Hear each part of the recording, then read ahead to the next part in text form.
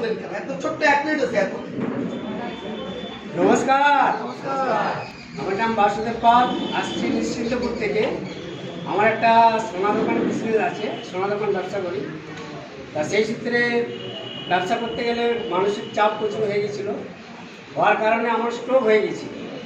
Stroke এতটাই হয়ে গেছিল যে আমি কথাবার্তা সব অফ হয়ে গেছিল, এমনকি হাত পা টোটালি আমার পড়ে গিয়েছিল। বিছনা সজ্জায় যেটা বলে, ভেলোর গিয়েছিলাম, কলিঙ্গয় গিয়েছিলাম, সেখানে কিছু হয়নি। এখান থেকে আমাকে দিব্যেন্দু স্যার জানার জন্য একটা বিপ্লব পেয়ে নেবো, তিনি আমাকে এই প্রোডাক্টটা হাতে তুলে দেন এবং এই প্রোডাক্টটা আমি ব্যবহার করি।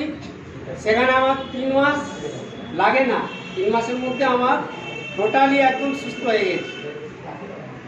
মানে এতটাই উপকার, আমি ভাবতে পারি না যে আমি হচ্ছে বিছানায় শুয়ে শুয়ে, যেটা পেশাব পায়খানা আমাদের বাড়ির ফ্যামিলি বিরক্ত হয়ে গেছিল, 2 বছর বিছানার মধ্যে পড়েছিলাম।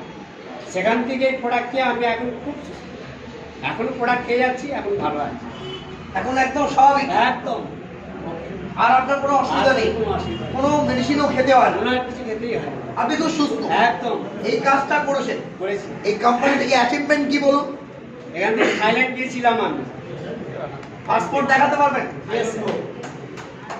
এর আগে কখনো এত, আপনি তো ব্যবসা করেন, এটা তো একটা ব্যবসা, এই ব্যবসা বাদ দিয়ে অন্য ব্যবসা করেন, আছে আপনার ব্যবসা, সেই ব্যবসার মাধ্যমে কখনো বিদেশে বেড়াতে যেতে পেরেছিলেন? কোনোদিন স্বপ্ন ভাবিনি। মাই লাইফ থেকে গেছেন, মাইলার থেকে গিয়ে পাসপোর্ট দেখাতে পারবেন? একদম। একবার জোরদার হ্যান্ড ক্লাব হোক।